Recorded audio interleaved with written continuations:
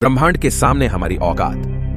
दोस्तों, आज हम जानने वाले हैं कि ब्रह्मांड के सामने हम इंसान क्या है हम इंसानों की ब्रह्मांड के सामने हैसियत। इस वीडियो को देखने के बाद आपका घमंड चूर चूर हो जाएगा जब आप जानोगे कि ब्रह्मांड कितना बड़ा है और इतने बड़े ब्रह्मांड में हम कहां एग्जिस्ट करते हैं, या फिर हमारा अस्तित्व इसके सामने कुछ मायने रखता भी है या नहीं। जानने के लिए वीडियो को पूरा जरूर देखें। दोस्तों, आपको जानकर हैरानी होगी कि हमारी धरती पर रहने वाले लोगों की संख्या यानी पूरी धरती की पॉपुलेशन लगभग 8 अरब तक पहुंच चुकी है। लेकिन धरती पर मौजूद ये सभी 8 अरब लोग लॉस एंजलिस जितनी जगह में समा सकते हैं। लॉस एंजलिस लगभग 1300 किलोमीटर के एरिया में फैला हुआ है। अगर हम बात करें हमारी धरती की, तो पूरी धरती लॉस एंजलिस से काफी ज्यादा बड़ी है। हमारी धरती का व्यास यानी धरती की मोटाई लगभग 13,000 किलोमीटर है। वहीं पर चांद का व्यास 3,500 किलोमीटर है। चांद इतना बड़ा है कि इसके अंदर 1 लाख हिमालय जैसे पहाड़ समा सकते हैं। और हमारी धरती इतनी बड़ी है कि धरती के अंदर चांद जैसे लगभग 50 उपग्रह समा सकते हैं। तो आप समझ गए होंगे कि धरती कितनी बड़ी है। तो दोस्तों, जरा एक बार सोच कर देखिए, धरती के सामने हम कहां टिकते हैं। चांद धरती से 3,84,000 किलोमीटर की दूरी पर मौजूद है। इस दूरी के अंदर सोलर सिस्टम के सभी 8 ग्रह समा सकते हैं। अगर हम अपने सूरज की बात करें तो हमारा सूर्य धरती से 15 करोड़ किलोमीटर की दूरी पर मौजूद है। हमारे सूरज का व्यास लगभग 14 लाख किलोमीटर है। धरती के मुकाबले में सूरज इतना बड़ा है कि इसमें 13 लाख धरती समा सकती है। यानी सूरज की विशालता की कल्पना हम आंख बंद करके भी नहीं कर सकते। तो आप सोच लीजिए, हम इंसान सूरज की विशालता के सामने क्या औकात रखते हैं। न सिर्फ इंसान, बल्कि सूरज की विशालता के सामने धरती और चांद की भी कोई हैसियत नहीं दिखाई देती। हमारे सौरमंडल के सबसे विशाल ग्रह जुपिटर के अंदर हमारी धरती जैसी 1300 धरतियां समा सकती हैं और जुपिटर जैसे 1000 ग्रह सूरज के अंदर समा सकते हैं। तो दोस्तों, सूरज न सिर्फ धरती बल्कि जुपिटर की औकात से भी कई गुना बड़ा है। लेकिन औकात की बात करें तो यह तो बस एक शुरुआत है। अगर हम बात करें पूरे सौरमंडल की, तो हमारे सौरमंडल का व्यास 287 अरब किलोमीटर है। इतने बड़े सौरमंडल में हमारे 8 ग्रहों के साथ 5 बौने ग्रह, लाखों एस्टेरॉयड और करोड़ों मीटियोरॉइड्स मौजूद है। सूरज से लेकर नेपच्यून तक की दूरी करीब 4.5 अरब किलोमीटर है। ऐसे में अगर हम सूरज से लेकर नेपच्यून तक सूरज की लाइन बनाएं, तो इस लाइन में सूरज जैसे लगभग 3000 सितारे समा जाएंगे। तो आप समझ सकते हैं कि सोलर सिस्टम की साइज के सामने सूरज कितना छोटा है। अगर प्लूटो से हम सूरज को देखें, तो हमारा सूरज प्लूटो से कुछ ऐसा दिखाई देता है। हमारा सौरमंडल प्लूटो के बाद भी कई गुना आगे तक फैला हुआ है। यहां तक हम देख चुके हैं कि सूरज की साइज भी इतने बड़े सौरमंडल के सामने काफी छोटी पड़ जाती है। अगर हम और आगे की बात करें तो सूरज से और भी बड़े तारे अंतरिक्ष में मौजूद है। यह है वेगा स्टार, जिसका व्यास 38 लाख किलोमीटर है और इसमें सूरज जैसे लगभग 20 तारे समा सकते हैं। इससे भी बड़ा तारा है आर्कट्रस, जो 3 करोड़ 60 लाख किलोमीटर चौड़ा है। इसमें सूरज जैसे 17,000 तारे समा जाएंगे। और इसके और आगे चलने पर ब्रह्मांड में एक और तारा है, रीगेल, जिसका व्यास 11 करोड़ किलोमीटर है। इसके अंदर आर्कट्रस जैसे 50 तारे समा जाएंगे और सूरज जैसे 4,85,000 तारे समा जाएंगे। अब हम देख पा रहे हैं कि सूरज भी यहां आकर कितना छोटा पड़ रहा है। चलिए और आगे चलते हैं। ये है बीटलजूस, जिसका व्यास 1 अरब 23 करोड़ किलोमीटर है। इसमें रीगेल जैसे लगभग 1400 तारे समा सकते हैं और सूरज जैसे लगभग 67 करोड़ तारे समा सकते हैं। अब आप सोच लीजिए, यहां आकर सूरज भी एक रेत के कण के बराबर लग रहा है। इसके आगे हम मिलते हैं वीवाई कैनिस मेजोरिस से, जिसका व्यास 2 अरब किलोमीटर है।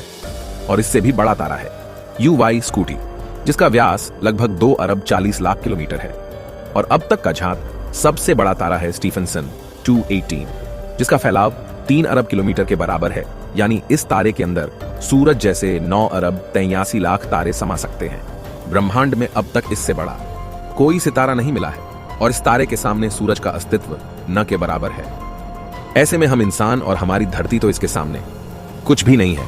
जरा सोचकर देखिए, इस तारे के अंदर धरती का अस्तित्व मायने भी रखता है या नहीं। अब अगर हम बात करें ब्रह्मांड में इससे भी बड़ी संरचनाओं की, तो हम पहुंच जाते हैं कैट्स आई नेबुला के पास। यह आकार में 0.4 प्रकाश वर्ष बड़ी है। यानी प्रकाश को भी इसे पार करने में 4 महीने 26 दिन लगेंगे। यह ब्रह्मांड के सबसे विशाल तारे के मुकाबले कितना बड़ा है। इस नेबुला के अंदर स्टीफनसन जैसे लगभग 3000 तारे समा जाएंगे। और इससे भी बड़ा हेलिक्स नेबुला है, जिसका व्यास 5 प्रकाश वर्ष है। यानी प्रकाश को इसे पार करने में 5 साल लगेंगे। और इसमें स्टीफनसन जैसे 15,000 तारे रखे जा सकते हैं। इससे भी आगे है ओरियन नेबुला, जो 24 प्रकाश वर्ष चौड़ा है और इससे आगे हमें मिलता है ओमेगा सेंटोरी कंस्टलेशन, जिसका व्यास 150 प्रकाश वर्ष है। और अब तक जिन विशालकाय संरचनाओं को हमने देखा है उन सबको अपने अंदर समाने वाली, इन सबसे करोड़ों गुना विशाल ये है हमारी आकाशगंगा मिल्की वे, यानी मंदाकिनी आकाशगंगा, जो कि 1 लाख प्रकाश वर्ष के व्यास में फैली हुई है। यानी यह इतनी बड़ी है कि इसे पार करने में प्रकाश को भी 1 लाख साल लग जाएंगे। और आपको बता दें कि प्रकाश की गति 3 लाख किलोमीटर पर सेकंड है। हमारी इस आकाशगंगा में इस तरह के बड़े बड़े 400 अरब तारे मौजूद है और इतने ही ग्रह इसके अंदर मौजूद है। तो यहाँ आकर आप कल्पना भी नहीं कर सकते कि यह कितनी बड़ी है। इसके अंदर हमारी धरती खत्म भी हो जाए तो इतनी विशाल आकाशगंगा को कोई फर्क नहीं पड़ने वाला है। हमारा सूरज भी खत्म हो जाए तो भी इसे कोई फर्क नहीं पड़ने वाला। ब्रह्मांड का सबसे बड़ा तारा भी खत्म हो जाए तब भी इस पर कोई फर्क नहीं पड़ेगा। लेकिन ब्रह्मांड यहां भी खत्म नहीं होता है। इससे भी आगे चलने पर अगर हम हमारी पड़ोसी आकाशगंगा एंड्रोमेडा की बात करें तो यह हमारी गैलेक्सी से 2 गुना बड़ी है। इस गैलेक्सी के अंदर 10 खरब तारे मौजूद हैं। अब तक जाने गए सबसे विशाल तारे स्टीफनसन से इस गैलेक्सी को भर दिया जाए तो इसमें 40,000 खरब स्टीफनसन 218 जैसे तारे आ सकते हैं। अगर हम और आगे पृथ्वी से 23 करोड़ प्रकाश वर्ष दूर जाए तो हमें एक और आकाशगंगा मिलती है, UGC 2885 गैलेक्सी, जो कि 4,63,000 प्रकाश वर्ष के व्यास में फैली है।